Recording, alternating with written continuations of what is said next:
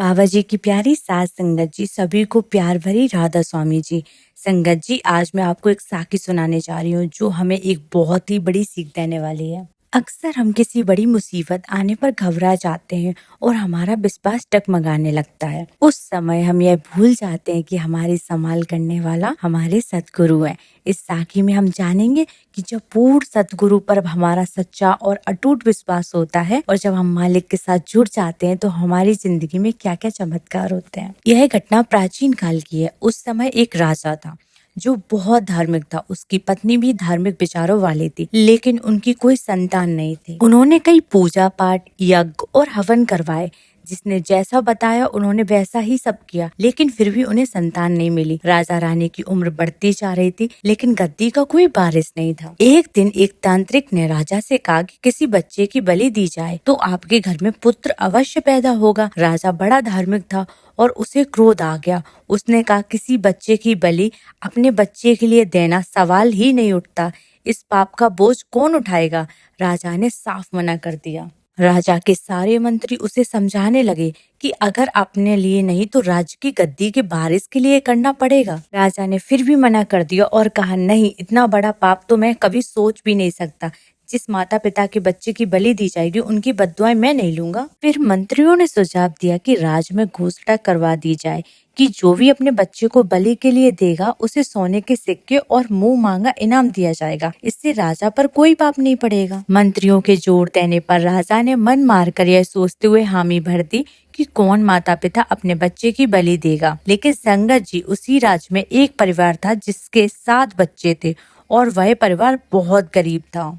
उनके 6 बच्चे खेत में काम करते थे, लेकिन सबसे छोटा बच्चा मेहनत कम और सतगुरु का सिमरन ज्यादा करता था। वह अक्सर सिमरन में बैठ जाता था। माता पिता ने सोचा कि बाकी बच्चे तो मेहनती हैं, लेकिन सबसे छोटा काम में कम और सिमरन में ज्यादा समय बिताता है। उन्होंने सोचा, क्यों ना इसे राजा को बलि के लिए दे दिया जाए। इससे हमारी गरीबी भी दूर हो जाएगी और हमारे पास 6 और बेटे हैं। यह सोचकर पिता छोटे से बालक को लेकर चल पड़ा। रास्ते में छोटा बालक अपने पिता से पूछता है, पिताजी हम कहाँ जा रहे हैं?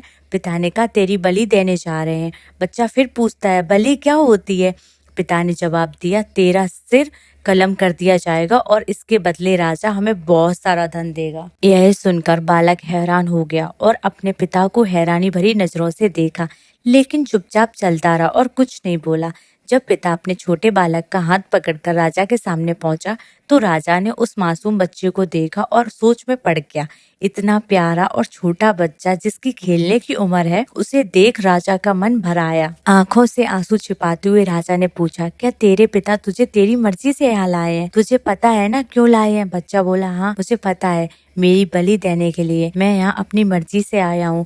इतने छोटे बच्चे के मुंह से सुनकर राजा का दिल पसीज गया, लेकिन उसके ऊपर दबाव था और उसे यह काम करना ही था। राजा ने तारीख तय कर दी और घोषणा करवा दी कि इस दिन बच्चे की बलि दी जाएगी। तय दिन पर प्रजा इकट्ठी हो गई और कसाई भी आ गया। अब छोटा बच्चा खड़ा था। राजा की आंखों में आंसू थे और रानी भी घबराई हुई थी, लेकिन कोई और चारा नहीं था। आखिर में जब समय आया तो राजा ने बालक से कहा, बेटा कोई आखिरी ख्वाहिश है तो बता। संगत जी, अब वह बालक उदास खड़ा था और कहने लगा, हाँ एक ख्वाहिश है, मैं थोड़ी देर खेलना चाहता हूँ। राजा ने कहा, ठीक है खेल लो। फिर उस बालक ने वहाँ पड़ी हुई मिट्टी इकट्ठी की और खेलने लगा। उसने काफी मिट्टी इकट्ठी करके गुड़िया बना दी और फिर एक गुड़िया के सामने खड़ा होकर कुछ बोलने लगा। इसके बाद उसने उस गुड़िया को पैर मार दिया। अब वह दूसरी गुड़िया के सामने खड़ा हुआ, उससे भी कुछ बातें की और फिर पैर मार दिया। फिर वह तीसरी गुड़िया के पास गया, वहाँ पर भी खड़ा होकर उससे भी पैर मार दिया। अब चौथी के पास जाकर खड़ा हो गया और घुटनों के बल गिर पड़ा। वह कुछ बोला लेकिन उसने पैर नहीं मारा। अब वह बालक तीनों गुड़ियों को गिरा देता है, लेकिन चौथी गुड़िया के आगे घुटनों के बल बैठ जाता है। सभी लोग यह दृश्य देख रहे थे और हैरान हो रहे थे कि यह कौन सा खेल है। थोड़ी देर बाद बालक उठता है और राजा से कहता है, राजा अब आप अपना काम कर लो, मेरी बलि दे दो। राजा की आंखों में आंसू थे। राजा बालक से पूछता है, बेटा यह जो खेल था यह कौन सा खेल था?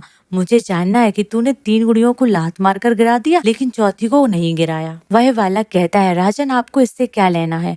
मेरे ख्याल से आप अपना काम कीजिए। राजा कहता है, लेकिन मुझे यह तो बताओ कि यह खेल क्या था, मैं जानना चाहता हूँ। छोटा सा बालक जिसे बहुत ज्ञान था और जिसे घर वालों ने निकम्मा कहकर कुछ पैसे के लिए उसकी बलि देना ही उचित समझा, वह ज्ञानी वाला कहता, हर इंसान के जीवन में 4 आश्रय होते हैं। मेरे जीवन के भी 4 आश्रय थे। पहला आश्रय मेरे माता पिता थे। पहली मिट्टी की गुड़िया मैंने उनके नाम की बनाई और उनके आगे खड़े होकर कहा कि मुझे बचा लो, मेरी बलि होने जा रही है, मेरा गला कटने जा रहा है, मेरी रक्षा करो। फिर मैंने मन में सोचा कि यही तो खुद मुझे लेकर यहाँ आए हैं, यही तो मुझे मारने वाले हैं, यही तो झूठा आश्रय है, इसलिए मैंने उसे पैर मारकर गिरा दिया। दूसरा आश्रय मेरे जीवन का जो सभी के जीवन का होता है, वह होता है राजा। दूसरी गुड़िया मैंने आपके नाम की बनाई थी, क्योंकि राजा का काम होता है प्रजा की रक्षा करना। मैंने उस गुड़िया से कहा, मेरी रक्षा करो। फिर मुझे समझ में आया कि राजा के हुक्म पर ही तो मेरी बलि दी जा रही है, अगर रक्षा की भक्षक बन जाए तो कौन बचाएगा,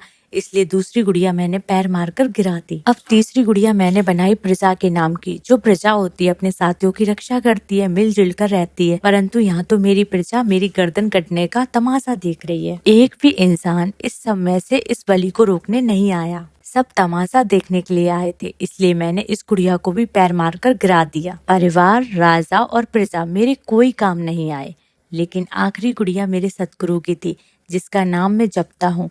उस एक मालिक के सामने मैंने घुटने टेक दिए। हे प्रभु, सब आश्रय झूठे हैं, सबने धोखा दिया है, मुझे बस तुझ पे ही भरोसा है, एक तू ही तो है मेरी रक्षा कर सकता है, और इसलिए मैंने उस गुड़िया को पैर नहीं मारा। मुझे उस पर ऐसा विश्वास है कि वह चाहे कुछ भी हो जाए, ऐसा कभी नहीं होने दे सकता। राजा यह बात सुनकर जोर जोर से रोने लगा। एक छोटे से बच्चे ने इतना ज्ञान सुनकर वह हैरान हो गया। राजा तो रक्षक था, अब वही वचक बन गया। वह मंत्रियों और तांत्रिक पर चिल्ला पड़ा कि तुम सब लोगों के कहने पर मैंने हवन और यज्ञ सब कुछ किया, लेकिन फिर भी मुझे संतान प्राप्त नहीं हुई, लेकिन इसकी क्या गारंटी है कि बलि देने से बच्चा मिलेगा। राजा ने अपनी पत्नी से लालसा की, यह छोटा सा बालक इतना ज्ञानी है, क्यों ना मैं इसे गोद ले लूं और इसे अपने राज का वारिस बना दूं। इससे बड़ा ज्ञानी कौन होगा, कहाँ मिलेगा, क्यों ना मैं इसे ही राजगद्दी का वारिस बना दूं। पत्नी ने एकदम हाँ भर दी। राजा भी खुश हो गया और रानी भी और सारी प्रजा। और यह बात सुनकर बालक दौड़कर उस गुड़िया को लिपट गया। मुझे पता था मेरे सतगुरु तो ही एक सच्चा आसरा है, तो ही है तो जो बाजी पलट कर रख सकता है। संगत जी, यह साखी हम सबको बताती है कि सतगुरु कैसे बाजी पलट देते हैं। जिसको सतगुरु पर विश्वास होता है, उसका कोई बाल भी बांका नहीं कर सकता। इसी के साथ आज की यह साखी समाप्त होती है। अगर आपको ऐसी साखियां सुननी है तो हमारे चैनल को सब्सक्राइब करें और कमेंट में राधा स्वामी जी जरूर लिखें।